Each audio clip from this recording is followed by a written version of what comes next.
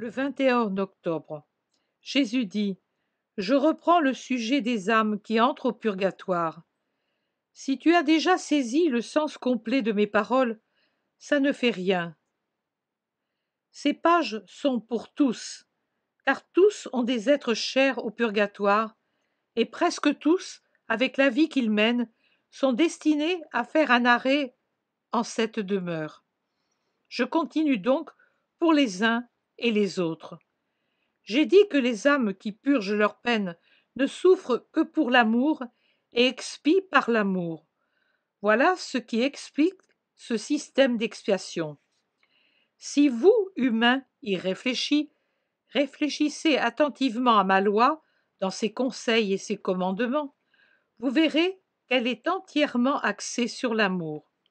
Amour envers Dieu, amour envers son prochain. Dans le premier commandement, moi, Dieu, je m'impose à votre amour révérentiel avec toute la solennité qui est digne de ma nature, au regard de votre nullité. Je suis le Seigneur, ton Dieu. Trop de fois vous l'oubliez, ô humains, qui vous croyez des dieux. Si votre esprit n'est pas vivifié par la grâce, vous n'êtes rien d'autre que poussière et pourriture. Des animaux qui joignaient à l'animalité la ruse de l'intelligence que possède la bête, laquelle vous fait faire des œuvres de bêtes, pires que des œuvres de bêtes, de démons. Dites-le vous matin et soir, dites-le vous à midi et à minuit, dites-le vous quand vous mangez, quand vous buvez, quand vous allez vous coucher, quand vous vous réveillez, quand vous travaillez, quand vous vous reposez. Dites-le vous quand vous aimez, dites-le vous quand vous contractez des amitiés, dites-le vous quand vous donnez des ordres et quand vous obéissez. Dites-le vous toujours. Je ne suis pas Dieu. La nourriture, la boisson, le sommeil ne sont pas Dieu. Le travail, le repos, les occupations, les œuvres du génie ne sont pas Dieu. La femme, ou pis, les femmes ne sont pas Dieu. Les amitiés ne sont pas Dieu. Les supérieurs ne sont pas Dieu.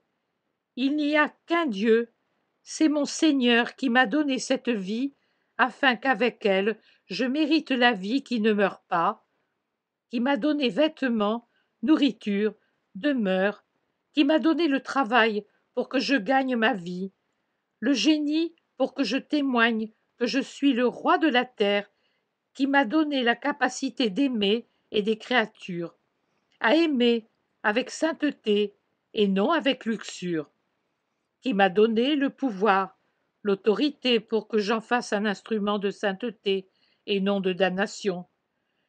Je peux devenir semblable à lui, puisqu'il l'a dit, vous êtes des dieux, et seulement si je vis sa vie, c'est-à-dire sa loi, mais seulement si je vis sa vie, c'est-à-dire son amour. Il n'y a qu'un Dieu, lui. Je suis son enfant et sujet, l'héritier de son royaume. Mais si je déserte et trahis, si je me crée un royaume à moi, où je veux être roi, et Dieu humainement, alors je perds le vrai royaume, et mon sort d'enfant de Dieu se dégrade et déchoit à celui d'enfant de Satan, puisqu'on ne peut simultanément servir l'égoïsme et l'amour, et celui qui sert le premier sert l'ennemi de Dieu et perd l'amour, c'est-à-dire qu'il perd Dieu. Enlevez de votre esprit et de votre cœur tous les dieux mensongers que vous y avez placés, en commençant par le Dieu de fange que vous êtes quand vous ne vivez pas en moi. Souvenez-vous de ce que vous me devez pour tout ce que je vous ai donné, et je vous aurais donné encore plus si vous n'aviez pas lié les mains de votre Dieu par votre mode de vie. Pour ce que je vous ai donné, pour la vie de tous les jours, et pour la vie éternelle. Pour celle-ci, Dieu vous a donné son Fils, afin qu'il fût immolé comme agneau sans tache, et qu'il lavât vos dettes de son sang, et qu'ainsi il ne fit point retomber, comme au temps mosaïque, les iniquités des pères sur les enfants, jusqu'à la 4e génération de pécheurs. Ce sont ceux qui me haïssent, puisque le péché est une offense faite à Dieu, et celui qui offense haït. N'érigez pas d'autres autels à de faux dieux. Ayez seulement, non tant sur les autels de pierre, mais sur l'autel vivant de votre cœur, votre unique Seigneur Dieu. Servez-le et offrez-lui un vrai culte d'amour, d'amour, d'amour, ô enfants qui ne savez point aimer, qui dites et dites des mots de prière, des mots seulement, mais qui ne faites pas de l'amour votre prière, la seule que Dieu accepte avec plaisir. Souvenez-vous qu'une vraie palpitation d'amour qui monte comme un nuage d'encens, des flammes de votre cœur amoureux de moi, a pour moi une valeur infiniment plus grande que 1000 et 1000 prières faites avec un cœur tiède ou froid. Attirez ma miséricorde par votre amour. Si vous saviez combien grande et active est ma miséricorde envers ceux qui m'aiment, c'est une vague qui passe et lave ce qui en vous constitue une tache. Elle vous donne une étole d'une blancheur éclatante pour entrer dans la cité sainte du ciel, où resplendit comme un soleil la charité de l'agneau qui s'est fait immoler pour vous. N'utilisez pas le saint nom par habitude ou pour donner force à votre colère, pour donner libre cours à votre impatience, pour corroborer vos malédictions. Et surtout, n'appliquez pas le terme Dieu à des créatures humaines que vous aimez avec la faim des sens ou le culte de l'intellect. Ce nom ne doit s'adresser qu'à un seul, à moi. Et à moi, il faut le dire avec amour, avec foi, avec espérance. Ce nom sera alors votre force et votre défense. Le culte de ce nom vous justifiera, car celui qui agit en apposant le sceau de mon nom à ses actions ne peut commettre de mauvaises actions. Je parle de celui qui agit sincèrement, et non des menteurs qui cherchent à se couvrir eux-mêmes et leurs œuvres de la splendeur de mon nom 3 fois saint. Mais qui te tente-t-il de tromper?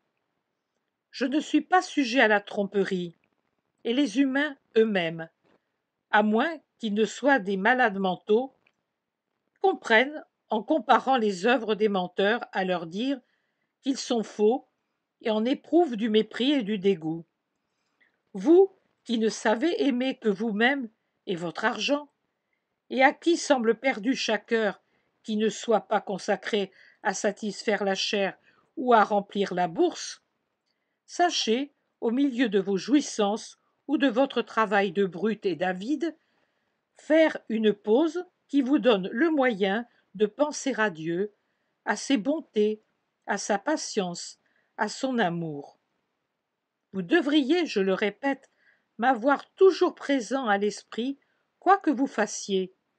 Mais puisque vous êtes incapable d'agir en gardant toujours l'esprit fixé en Dieu, cessez vos opérations une fois par semaine pour penser uniquement à Dieu. Ceci, qui peut vous paraître une loi servile, est au contraire la preuve de combien Dieu vous aime.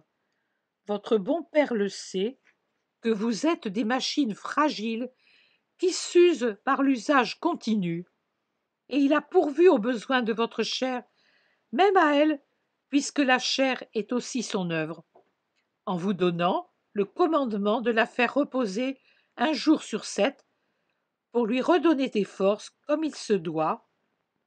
Dieu ne veut pas que vous soyez malade. Si vous étiez restés ses enfants vraiment à lui, à partir d'Adam, vous n'auriez pas connu les maladies. Elles sont, avec la souffrance et la mort, le fruit de vos désobéissances à Dieu, et, telles des champignons, elles ont poussé et poussent sur les racines de la première désobéissance, celle d'Adam. Elles bourgeonnent les unes des autres, chaîne tragique du germe qui est resté dans votre cœur, du poison du serpent maudit, lequel provoque en vous des fièvres de luxure, d'avarice, de gourmandise, de paresse, de coupables imprudences.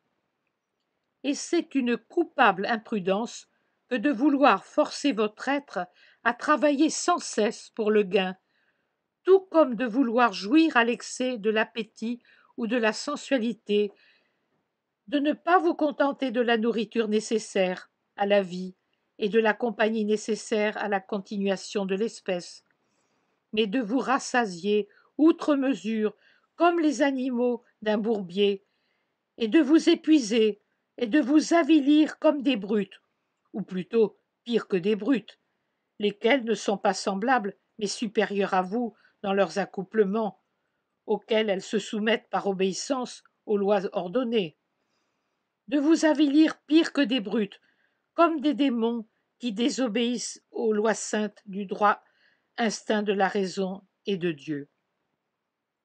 Vous avez corrompu votre instinct, et celui-ci vous amène désormais à préférer des repas corrompus, faits de luxure, dans lesquels vous profanez votre corps, mon œuvre, et votre âme, mon chef-d'œuvre. Et vous tuez des embryons de vie, leur niant la vie, vous les supprimez avant leur terme, volontairement ou par vos lèpres qui sont un poison mortel aux vies naissantes. Combien d'âmes votre appétit sensuel appelle-t-il du ciel, âmes auxquelles vous fermez ensuite les portes de la vie? Combien arrivent à peine à terme et viennent au monde mourantes ou déjà mortes, âmes à qui vous interdisez le ciel? Combien à qui vous imposez un poids de souffrance qu'elles ne peuvent pas toujours porter, avec une existence tarée, marquée par des maladies douloureuses et honteuses? Combien parmi elles ne peuvent résister à cette sorte de martyre non voulu, mais que vous leur avez apposé comme une marque au feu dans la chair, être que vous avez engendré sans réfléchir que lorsqu'on est corrompu comme un sépulcre plein de pourriture, on n'a plus le droit d'engendrer des enfants pour les condamner à la souffrance et au mépris de la société? Combien, ne pouvant supporter ce sort, se suicident? Mais qu'est-ce que vous croyez? Que je vais les condamner pour leurs crimes contre Dieu et contre elles-mêmes? Non. Avant elles qui pêchent contre deux, il y a vous qui péchez contre trois, contre Dieu, contre vous-même et contre les innocents que vous engendrez pour les conduire au désespoir. Pensez-y, pensez-y bien. Dieu est juste et s'il pèse la faute, il pèse aussi les causes de la faute. Et dans ce cas, les causes allègent la condamnation du suicide, mais grèvent votre condamnation, vous qui êtes les meurtriers de vos enfants désespérés.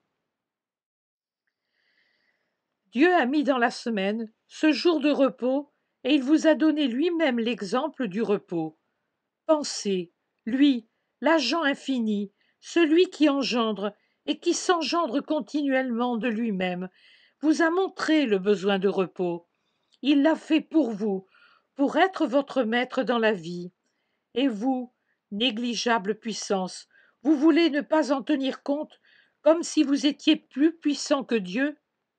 En ce jour de repos pour votre chair qui se brise sous la fatigue excessive, sachez vous occuper des droits et des devoirs de l'âme, ses droits à la vraie vie. L'âme meurt si elle est tenue à l'écart de Dieu. Donnez le dimanche à votre âme, puisque vous êtes incapable de le faire tous les jours et à toutes les heures, pour que le dimanche elle se nourrisse de la parole de Dieu, elle se sature de Dieu, pour avoir de la vitalité durant les autres jours de travail. Le repos dans la maison du Père est si doux à l'enfant que le travail a tenu éloigné toute la semaine.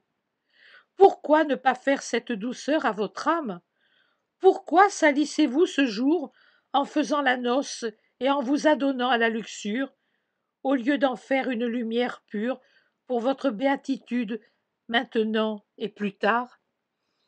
Et après l'amour à celui qui vous a créé, donnez votre amour à ceux qui vous ont engendrés et à ceux qui sont vos frères et sœurs. Si Dieu est charité, comment pouvez-vous dire que vous êtes en Dieu si vous n'essayez pas de lui ressembler dans la charité? Et pouvez-vous dire que vous lui ressemblez si vous n'aimez que lui et non les autres qu'il a créés? Oui, Dieu doit être aimé plus que tous, mais celui qui néglige d'aimer ce que Dieu aime ne peut dire qu'il aime Dieu. Aimez donc en premier ceux qui, pour vous avoir engendré, sont les deuxièmes créateurs de votre être sur terre, le Créateur suprême et le Seigneur Dieu qui forme vos âmes et, en tant que maître de la vie et de la mort, permet que vous veniez à la vie. Et les deuxièmes créateurs sont ceux qui, de deux chairs et de sang, font une chair nouvelle, un nouvel enfant de Dieu, un nouvel habitant futur des cieux. Car c'est pour les cieux que vous êtes créés, car c'est pour les cieux que vous devez vivre sur la terre. Ô sublime dignité du Père et de la Mère, saint épiscopat, je dis là un mot hardi mais vrai, qui consacre un nouveau serviteur à Dieu avec le crème d'un amour conjugal, le lave avec les pleurs de la mère, l'habille avec le travail du Père, fait de lui le porteur de la lumière en inspirant la connaissance de Dieu aux esprits des petits et l'amour de Dieu aux cœurs innocents. En vérité, je vous dis que les parents sont inférieurs à Dieu de bien peu, uniquement par le fait de créer un nouvel Adam. Mais si, de plus, les parents savent faire du nouvel Adam un nouveau petit Christ, alors leur dignité est inférieure à celle de l'Éternel d'à peine un degré. Aimez donc votre père et votre mère d'un amour qui ne sera surpassé que par celui que vous devez avoir pour votre Seigneur Dieu. Ils sont la double manifestation de Dieu que l'amour conjugal transforme en une unité. Aimez-la, car sa dignité et ses œuvres sont celles qui ressemblent le plus à celles de Dieu. Vos parents sont vos créateurs terrestres, et tout en vous doit les vénérer comme tels. Et vous, ô parents, aimez vos enfants. Souvenez-vous qu'à chaque devoir correspond un droit, et que, si les enfants ont le devoir de voir en vous la plus grande dignité après Dieu, et de vous donner le plus grand amour après l'amour total qu'on doit à Dieu, vous avez le devoir d'être parfait pour ne pas diminuer l'opinion que vos enfants se font de vous et leur amour à votre égard. Souvenez-vous qu'engendrer la chair, c'est beaucoup, et ce n'est rien en même temps. Les animaux aussi engendrent la chair, et bien des fois s'en occupent mieux que vous. Mais vous engendrez un citoyen des cieux. C'est de cela que vous devez vous préoccuper. N'éteignez pas la lumière dans l'âme de vos enfants. Ne permettez pas que la perle de l'âme de vos enfants s'habitue à la fange, pour que cette habitude ne la pousse pas à sombrer dans la fange. Donnez de l'amour sain à vos enfants, et non pas de stupides soins à leur beauté physique, à leur culture humaine. Non, vous devez soigner la beauté de leur âme et l'éducation de leur esprit. La vie des parents est sacrifice comme celle des prêtres et des maîtres convaincus de leur mission. Toutes trois sont des catégories de formateurs de ce qui ne meurt pas, l'esprit ou la psyché, si vous préférez. Étant donné que l'esprit se situe par rapport à la chair dans une proportion de 1000 contre 1, considérez à quelle perfection devraient parvenir les parents, les maîtres et les prêtres pour être vraiment tels qu'ils devraient. Je dis bien perfection. Formation ne suffit pas. Ils doivent former les autres, mais afin de ne pas les rendre difformes, ils doivent les modeler sur un modèle parfait. Et comment peuvent-ils y prétendre s'ils sont eux-mêmes imparfaits? Comment peuvent-ils devenir parfaits eux-mêmes s'ils ne se modèlent pas sur la perfection qu'est Dieu? Et qu'est-ce qui peut rendre l'être humain capable de se modeler sur Dieu? L'amour, toujours l'amour. Vous êtes du fer brut et informe. L'amour est la fournaise qui vous purifie et vous fait fondre et vous liquéfie pour que vous puissiez couler dans les veines surnaturelles de la forme de Dieu. Vous serez alors les formateurs d'autrui quand vous serez vous-même modelés sur la perfection de Dieu. Souvent, les enfants représentent l'échec spirituel des parents. On voit à travers les enfants ce que valaient les parents. S'il est vrai que parfois des enfants dépravés naissent de parents saints, c'est l'exception. En général, au moins un des parents n'est pas saint et, étant donné qu'il est plus facile de copier le mal que le bien, l'enfant copie le pire des deux. Et il est aussi vrai qu'un enfant saint naît parfois de parents dépravés. Et dans ce cas aussi, il est rare que les deux parents soient dépravés. Par la loi de la compensation, le meilleur des deux est bon pour deux, et par des prières, des larmes et des paroles, il accomplit l'œuvre de tous les deux, formant l'enfant pour le ciel. En tout cas, ô enfants, quels que soient vos parents, je vous dis, ne jugez pas, aimez seulement, pardonnez seulement, obéissez seulement, excepté dans les choses qui sont contraires à ma loi. À vous le mérite de l'obéissance, de l'amour et du pardon, de votre pardon, vous les enfants. Maria, lequel accélère le pardon de Dieu aux parents, et qu'il accélère d'autant plus que votre pardon est total. Aux parents, la responsabilité et le juste jugement, soit en ce qui vous concerne, soit pour ce qui revient à Dieu, de Dieu, le seul juge. Il est superflu d'expliquer que tuer, c'est manquer à l'amour envers Dieu, à qui vous enlevez le droit de vie et de mort sur une de ses créatures et son droit de juge. Seul Dieu est juge et un saint juge, et s'il a accordé à l'être humain qu'il se crée des assemblées judiciaires pour mettre un frein au crime aussi bien qu'au châtiment, malheur à vous, si, comme vous manquez à la justice de Dieu, vous manquez à la justice humaine, vous érigeant en juge d'un de vos semblables, qui vous a fait un tort, ou dont vous croyez qu'il vous a fait un tort.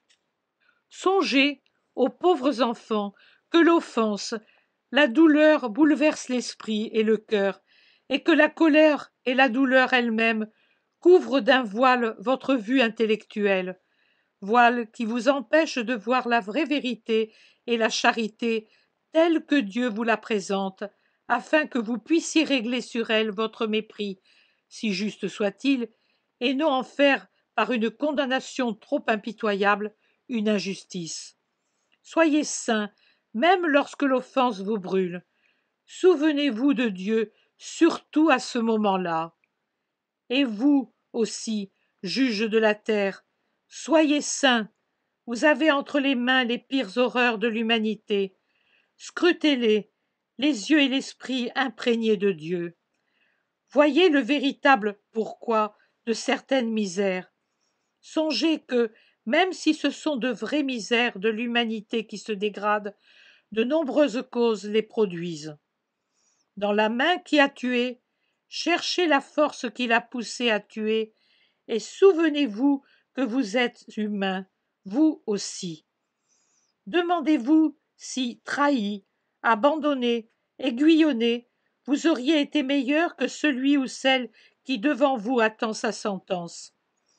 En faisant un sévère examen de conscience, demandez-vous si aucune femme ne peut vous accuser d'être les véritables meurtriers de l'enfant qu'elle a supprimé, parce qu'après les moments de joie, vous vous êtes soustrait à votre devoir d'honneur. Et si vous pouvez le faire, vous pouvez alors être sévère.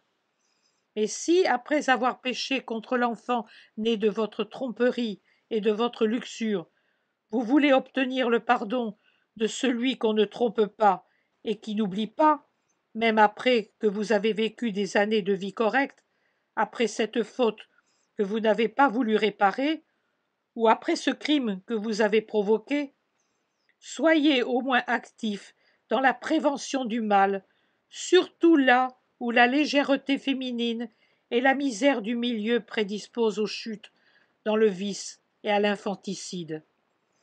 Souvenez-vous, hommes, que moi, le pur, n'ai pas refusé de racheter les femmes sans honneur, et à la place de l'honneur qu'elles n'avaient plus, j'ai fait surgir dans leur âme, telle une fleur d'un sol profané, la fleur vivante du repentir qui rachète. J'ai donné mon amour compatissant à ces pauvres malheureuses qu'un soi-disant amour avait prostrées dans la fange. Mon amour véritable les a sauvées de la luxure que le soi-disant amour avait inoculée en elles. Si je les avais fuies et maudites, je les aurais perdues à jamais. Je les ai aimées aussi pour le monde qui, après avoir joui d'elles, les recouvre de railleries hypocrites et de mépris mensongers. Au lieu des caresses du péché, elles ont eu la caresse de mon regard pur. Au lieu des paroles du délire, j'ai eu pour elles des mots d'amour. Au lieu de l'argent, pris honteux de leurs baisers, j'ai donné les richesses de ma vérité. C'est comme ça qu'on agit, homme, pour tirer de la fange celles qui sombrent dans la fange, et on ne s'agrippe pas à leur cou au risque de périr à deux, et on ne jette pas de pierre pour les faire sombrer davantage. C'est l'amour, toujours l'amour qui sauve. J'ai déjà parlé du fait que l'adultère est un péché contre l'amour, et je ne le répéterai pas, pas pour l'instant du moins. Il y a tant à dire sur ce débordement d'animalité, et beaucoup que vous ne comprendriez même pas, car vous allez jusqu'à vous vanter de trahir vos foyers, que par pitié pour ma petite disciple, je me tais. Je ne veux pas épuiser les forces de cette créature si lasse et troubler son esprit par la crudité de ses réalités humaines, puisque, proche de son but, elle ne pense qu'au ciel. Il est évident que celui qui vole manque à l'amour. S'il se souvenait de ne pas faire aux autres ce qu'il ne souhaite pas qu'on lui fasse, et s'il aimait les autres autant que lui-même, il n'enlèverait pas par fraude et violence ce qui appartient à son prochain. Il ne manquerait donc pas à l'amour, alors qu'il y manque en commettant des larcins qui peuvent être de marchandises, d'argent ou d'occupation. Que de vols vous commettez en dérobant une place à un ami, une invention à un camarade. Vous êtes voleur, 3 fois voleur en faisant cela. Vous l'êtes plus que si vous voliez un portefeuille ou un bijou, car sans ces derniers, on peut encore vivre, mais sans un emploi rémunéré, on meurt, et avec celui à qui on a volé la place, sa famille meurt de faim. Je vous ai donné la parole comme signe de votre élévation au-dessus des autres animaux de la terre. Vous devriez donc m'aimer pour la parole, mon don. Mais est-ce que je peux dire que vous m'aimez pour la parole, quand, de ce don du ciel, vous faites une arme pour ruiner votre prochain par le parjure? Non, vous n'aimez ni moi, ni le prochain, quand vous affirmez ce qui est faux, mais bien au contraire, vous nous haïssez. Ne songez-vous pas que la parole tue, non seulement la chair, mais la réputation de quelqu'un? Celui qui tue hait, celui qui hait ne peut aimer. L'envie n'est pas charité, c'est l'anti-charité. Celui qui désire immodérément le bien d'autrui est un envieux et n'aime pas. Soyez content de ce que vous avez. Songez que, sous l'apparence de la joie, il y a souvent des souffrances que Dieu voit et qui vous sont épargnées à vous qui, selon toute apparence, êtes moins heureux que ceux que vous enviez. Et puis, si l'objet de votre désir est la femme d'autrui ou le mari d'autrui, sachez alors qu'au péché d'envie, vous unissez celui de luxure et d'adultère. Vous commettez donc une triple offense à la charité envers Dieu et le prochain. Comme vous le voyez, si vous contrevenez au décalogue, vous contrevenez à l'amour. Il en va de même pour les conseils que je vous ai donnés, lesquels sont la fleur de la plante de charité. Or, si en contrevenant à la loi, vous contrevenez à l'amour, il est évident que le péché est un manquement à l'amour. Il faut donc l'expier par l'amour. L'amour que vous n'avez pas su me donner sur terre, vous devrez me le donner au purgatoire. Voilà pourquoi je dis que le purgatoire n'est autre que souffrance d'amour. Durant toute votre vie, vous avez peu aimé Dieu dans sa loi. Vous avez jeté par-dessus vos épaules la pensée de Dieu. Vous avez vécu en aimant tous et en l'aimant peu. Il est juste que, n'ayant pas mérité l'enfer et par ailleurs n'ayant pas mérité le paradis, vous le méritiez maintenant en vous enflammant de charité, en brûlant pour votre tiédeur sur terre. Il est juste que vous désiriez pendant 1000 et 1000 heures d'expiation d'amour ce que 1000 et 1000 fois vous avez manqué de désirer sur terre, Dieu, but suprême des intelligences créées. À chaque fois que vous avez tourné le dos à l'amour correspondent des années et des siècles de nostalgie amoureuse. Des années ou des siècles selon la gravité de votre faute. Désormais, sûr de Dieu, pleinement conscient de la beauté supérieure de Dieu grâce à la rencontre fugace du premier jugement, dont le souvenir vous accompagne pour rendre plus vive l'envie d'amour, vous le désirez, vous pleurez le fait d'être loin de lui, vous regrettez d'avoir été la cause de cet éloignement, et vous vous en repentez, et vous vous rendez de plus en plus pénétrable à ce feu allumé par la charité, pour votre bien suprême. Lorsque les mérites du Christ sont jetés par les prières des vivants qui vous aiment comme des essences ardentes dans le saint feu du purgatoire, l'incandescence de l'amour vous pénètre plus fort et plus profondément, et, au milieu des grandes flammes rutilantes, le souvenir de Dieu que vous avez vu en cet instant fugace du premier jugement se fait de plus en plus brillant en vous. Comme au cours de la vie terrestre, plus l'amour grandit et plus s'amincit le voile qui cache la divinité aux vivants. Ainsi, dans le second règne, plus la purification augmente et par conséquent l'amour, et plus le visage de Dieu se fait proche et visible. Déjà, il brille et sourit à travers le vacillement des saintes flammes. Il est tel un soleil qui s'approche de plus en plus, et sa lumière et sa chaleur annulent de plus en plus la lumière et la chaleur du feu purgatif, jusqu'au moment où, passant du tourment du feu mérité et béni au soulagement conquis et bienheureux de la possession, vous passez de la flamme à la flamme, de la lumière à la lumière, vous vous élevez à être lumière et flamme en lui, soleil éternel, comme des étincelles absorbées par un bûcher, et comme des lampes jetées dans un incendie. Ô joie des joies, lorsque vous serez élevé à ma gloire, que vous serez passé de ce règne de l'attente au règne du triomphe. Ô connaissance parfaite du parfait amour! Cette connaissance, ô Maria, est un mystère que l'esprit peut pénétrer par la volonté de Dieu, mais qu'il ne peut décrire avec la parole humaine. Crois-moi, cela vaut la peine de souffrir toute une vie pour la posséder depuis l'heure de la mort. Crois-moi, il n'y a pas de plus grande charité que de la procurer par la prière à ceux que vous avez aimés sur terre et qui commencent maintenant leur purgation dans l'amour auquel tant et tant de fois, pendant leur vie, ils fermèrent les portes du cœur. Courage, enfant béni, à qui sont révélées les vérités cachées.